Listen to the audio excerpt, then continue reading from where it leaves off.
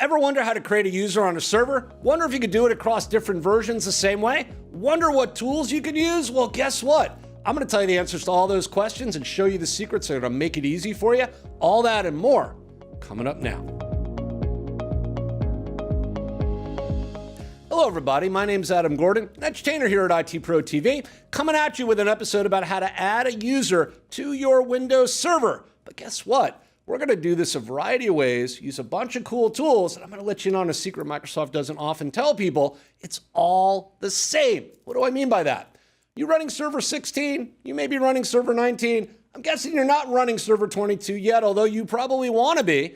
Latest and greatest across all three of those versions of server, we're going to add a user using the same tools. It's going to look and feel the same. And by the way, it's going to be super easy. I'm going to show you how to do it on server 2019. But it's going to be the same if you did it on server 16 and or if you use the technical preview and or the latest version of server 2022 as it goes to market and ultimately is available. Join me here. We're going to run server 2019 as a virtual machine. You could see at the lower right-hand corner right here. I am running server 2019 Data Center Evaluation Edition. So we're running the latest current production build of that system. And I'm going to use the same set of tools I would use if I did this on server 16 and or on server 2022. Now we're going to do this three different ways for you. Three different versions of the operating system. We're going to give you three tools and three options to do this. I'm going to show you how to do it from the server manager via a tool called the Computer Management Tool. This is a standalone server. It's not joined to a domain. So we're going to administer it locally using our first option. And we're going to use the Computer Management Console to be able to use our local users and groups tool. And we're going to simply add a user right from the graphical interface. Once we've done that, we'll take a look at PowerShell. We'll show you how to do the same thing from the command line. We'll add a couple of twists to give you a few options there, but essentially we'll do the same thing. And then I'm going to use what I'll say is a new tool, new in the sense that it's been around less than the server manager, less time than some of the versions of server we're operating on, but it is the future. It's the Windows Administration Center web-enabled tool that lets you administer remote servers as long as you connect them in and add them to the console. And we'll use the Windows Admin Center to show you how to reach out and do the same exact thing on one or more connected servers. So we'll show you three different ways to add a user. Let's begin by jumping in. We'll load up and open up our server manager on the local server, and then we'll use it to access the computer management tool from the tools menu. Now, if you're like me when you administer servers, what I often do is I bring server manager up when I need it and do whatever I need, and then I will close it when I'm done. Number one, because I'm not sure when I'll come back to the server. If I do come back remotely versus locally, I may or may not need that tool. And if someone else is going to jump on and administer that server in between the times I am there, I want to leave a tidy workspace for them. So if you come to the server and server manager's closed and you've often scratched your head and wonder, well, where'd it go and how do I get it back? Because it loads up automatically when you log on the first time. Well, all you have to do is come down here to the Start menu, and let's just zoom in so you could see this. And when I do that and click, I'm going to be able to search for it. It's actually right there in the list alphabetically under S, but depending on the number of programs you have installed, it may or may not show up and easily be seen right there. But it's going to be pinned as a tile under the Windows Server area on the right. You can see upper left-hand corner on that tic-tac-toe board of tiles. We'll see our server manager, and I can click there to be able to open it up. And that's what I'm going to do. So let me just minimize, get out of the zoom mode, bring that up. And although we're not going to load it up right now, we'll bring it up towards the end of the demonstration. But if you do want to go ahead and load up the Windows Admin Center, you can certainly Google and go out and find that download link from the Windows Download Center to get the Windows Admin Center. But if you're interested, Microsoft gives you a nice little prompt here, and you can just follow that to be able to find out about it. So I'm just going to get rid of that, but we know we can download from there. We're on this machine. We're in the server manager on the landing page for the dashboard. We're going to go over to the right-hand side. We're going to bring up our tools menu, and I'm going to go down and I'm going to choose computer management. Second tool, it's alphabetical. And when I bring up the computer management tool, I'm just going to minimize the server manager while we're at it. We're going to be able to come over here, and we're going to be able to see fourth item down as we go down, our local users and groups area. We'll open it up. We'll see two folders. We're going to be interested in the users folder, and we'll be able to use this, highlighting it to see what users are currently available on the system to create and add one or more brand new users. Now, you may have some default users built in. I do, and you will probably have a list that looks very similar. You may have additional accounts depending on the server. but you'll typically have an administrator, default account, and guest account. The default account, guest account, and whatever additional service accounts like the WDAG utility account are going to be disabled. They have a little arrow on the right-hand side pointing down in a circle that indicates they're currently disabled, but you will see they are there. No additional accounts have been created. No problem. We can add one very easily. Right-click on the users folder. And when we do that, you'll see we get a new user option. Now I can do that right from here, or I can move over to the white space anywhere underneath the existing users right here. Right-click at the same menu option. And when I do that, I get a little form that I have to fill out. It asks for some very simple stuff. Username, full name, description, password, confirm the password, keeping in mind whatever password policy requirements in terms of length and complexity we may have, and then some options about how we want the user account to initially be configured. So I'm going to go ahead and add this user in. I'm going to call this user the Adam2 user. We'll just go ahead and do that. We'll put a description in. Let's call this, or say, this will be hello world. And then I'm going to put in a password meeting whatever complexity requirements I may have specified. So let me just type that in real quick. I'm going to uncheck the box about forcing the user to change their password at the next logon. We're not going to worry about that. Assuming I type the passwords correctly and they match, user is created. Now you'll notice the user doesn't show up back here yet, even though the user has been created. As soon as I click close, user account pops right in. It's there. We just don't see it till the tool closes. And then I can see, sure enough, my user account has been created and we are good. So let's put a check in that first of three methods to do this via the GUI, the graphical user interface, using the computer management tool, and we are successful. We're going to minimize that tool, leave it open, so we're going to use it to verify how we create our user using PowerShell. But let's go over here. I've loaded up PowerShell. Now I've got a few versions of PowerShell on this machine. Got the most recent version, PowerShell 7, what we commonly call PowerShell Core. I've got the older version of PowerShell that's built in. This is PowerShell 5 that's in the system natively, the command line version. And then I've got PowerShell ICE, the graphical editor for PowerShell, which I'm going to use running as administrator just because I have staged the script code that I want to use with you and show it to you so I can just have it nice and big on the screen. Don't have to worry about typing it. And so we're going to look at it there, and we just simply execute it right from there. It's all the same, regardless of the version of PowerShell I use. The commandlets are supported, and they will work the same way. Now, having said that, if you want to run PowerShell as an administrator on any of these versions, right-click, and under the More option, you will see there is a flyout menu that lets you run as administrator. I've done that for PowerShell ICE. I already have it open, and sure enough, you can see up here at the upper left, running as administrator, giving me the administrative control I need to execute commandlets and make sure I have the permissions necessary to do these tasks. Now we're going to start in item number 1. You see I've commented out each of the script lines we're going to run. Create a user, but without a password. This may or may not be important to you on a local server, but it's good to know you can create a user without a password if necessary. It's a matter of using the right command and, of course, the right parameters. In line number 3, new local user is the command. Name parameter specifies the name of the user. We'll iterate through in sequence, so we'll do Adam number 3.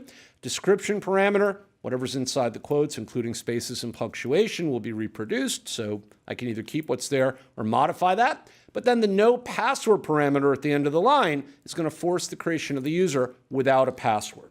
Let's take a look. Just highlight this.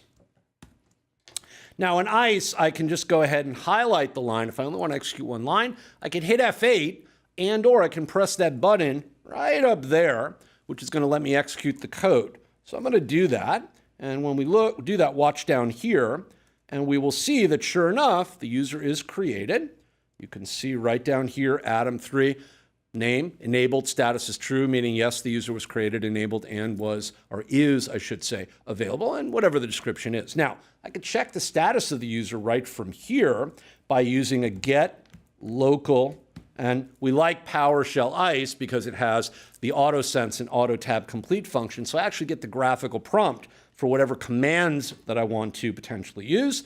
I'm going to use get local user. That's going to allow me to be able to see a list of all the users on the machine. And sure enough, there is Adam3 right there, if I can highlight, and that is the user we just created. Now, if I go back to the computer management tool, and I just click away and come back to be able to refresh the screen, and you have to refresh. It's just the way the tool is. You'll notice that the Adam3 user was indeed created. And if we take a look, we can see that indeed user must change password next logon is set because we created the user without a password. So we have been able to do that in PowerShell. And before we put a check in our second method, I have a couple other things that may be of interest to you. So we'll quickly point them out, but let's call this one basically done as well. Now I added some additional code here that may be of interest to you. What if you want to create a user with a password? Well, we can do this a couple of ways. I could type the password in as I create the user, but that's not really secure. It's not going to store the password in a way that somebody looking over my shoulder cannot see it. And if anybody gets a hold of it or gets a hold of the script, if I save it and make it available, well, then they know the password for the user. That's not really a good idea. But I can store the password in a variable, store it securely as a secure string so it's not available to anybody. Even if they bring up the variable, the $password statement creates a variable called password and sets it equal in line 7 to whatever the output of the prompt I'm about to create on the screen with the read host commandlet will be. I'll type in a password. It will be stored, but as a secure string. And then I'm going to, in line 9, do the same thing I just did, new local user, username, but now I'm going to specify the password parameter instead of no password, and I'm going to use the value of the variable $password stored as a secure string to pass the password through and create it for the user, but never expose it, so it's never going to be seen. And then I use the full name parameter and the description just so that I can round out the user account creation as you see. So let's create this password. Let me do this. Now this is going to prompt me on the screen. There'll be a dialog box, shows up small rectangular box right in the middle. And I'm going to have to type the password in. So watch for that. I'm going to hit F8. We see right there. Let's just zoom in so you could see that. I'm going to type the password in there, hit OK. It's going to get stored as a secure string.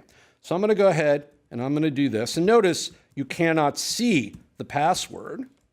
You don't know what it is. I'm typing it. It's just got dots there so you can't tell. And if I'm not sure, just try again before I hit OK, right? So I'm going to go ahead and do that. I'm going to set that password. I'm going to click OK. And it is now stored as a secure string. So now, just scroll down so we can see that. If I was to do this, you'll see I can't see what the password is. I just get the information that is associated with the variable. But that indicator tells me the password is stored securely, and I'm not going to be able to see what it is. But the system can use it, as we're about to see in line number 9. All right, so now I'm going to create a user called Adam4. We're just going to iterate through there. I'm going to highlight that. Going to hit that. Sure enough, what do we get? Adam4 is created, enabled true. If we do this, we can see that Adam4 right there was created. And if we do this, and we go here, and we do that, and we come back, whoops, let's refresh one more time. And sure enough, we could see Adam4 was indeed created. So we now have created a user with and without a password using PowerShell. If I want to add a user to a group, little extra bonus for you. You could do that with the add local group member commandlet. You can tell there based on the group parameter or the name, I would add the Adam4 user into the administrator's group. And if I want to remove a user, just simply use the remove local user commandlet, and I can easily remove the user from the system as well. All right, I'm going to call PowerShell done, and we've done our second of 3 ways, or demonstrated our second of 3 ways, that we can add a user to a local server. Now, the third way is going to be using the Windows Administration Center, or Windows Admin Center. It's a web-based tool I've already installed and configured. I'm going to bring it up in Microsoft Edge, and I have shortcut I've just bookmarked, rather, the shortcut for it there because I don't want to remember the URL. So I'm just going to click to bring it up. You'll see it's going to load up. Give it just a second. Windows Admin Center. Now, this is used to administer remotely, meaning I can connect to servers that are anywhere, provided I can get to them through firewalls and make sure that they're available with a public IP address, all the stuff we would have to do. And I can add them in. Now, and I've got permission, of course, to do that. Now, I'm cheating a little bit. I've installed the Windows Admin Center on the same server I'm about to administer just for ease of demonstration purposes. But I can easily be running this from anywhere as long as I add the server. And I could do that using the add feature right here. Very simple to do. But I've already added it. So I'm going to just simply click on the link that represents it. That is the gateway that connects me to the server. And when I do that, it will connect, and I've got my administrative interface. We give it just a minute to touch the machine, connect to it, make sure it is communicating. I can see the general information about it. I could see all the stuff. I'm using Windows Server 2019 Data Center Edition. I could see the size of the system, the hard drive, the memory, etc. It knows that I am running it as a virtual machine. It's very smart. And I can restart, shut down, do all sorts of stuff from here, which is good to know, but we're not going to spend time on right now. And I've got a bunch of different tools available to me to administer. Now, we want to add a user. So let's scroll down. And sure enough, I actually have two options to do that, by the way. From here, I can use PowerShell right from here, connect to the system remotely as an administrator, and do what I just did in PowerShell right from within the Windows Admin Center. It's actually pretty cool. I also can come down here and, whoops, I went too far. Let me go back up there. And I can use the local user and group item, which is the equivalent of the computer management tool, and then just highlighting and finding that tool. I can do it right from here, and it's going to look and feel the same. The only difference is I'm doing it directly on or from this remote interface. And we've already been through this. You know what to do here. We click New User. We're going to simply fill in the form. You can see over here, name, full name, description, password, confirm password, and then submit. All right, looks like we're up to Atom 4, so let's do Atom 5. We'll do that, and we'll do Atom 5, except we'll type that in correctly. We'll do description, and then our password. So let's put in our password. It gives me the information about whether the password is meeting those complexity requirements or not. That's what that red text was. I want to see the password, make sure I typed it correctly. Click there to see it. I'm going to confirm it. Do that. Looks like the passwords will match. We click submit. Sure enough, don't want to save that password. Password is good. User has been added successfully. We see that. And we can see the user indeed has been added successfully. There we go right there.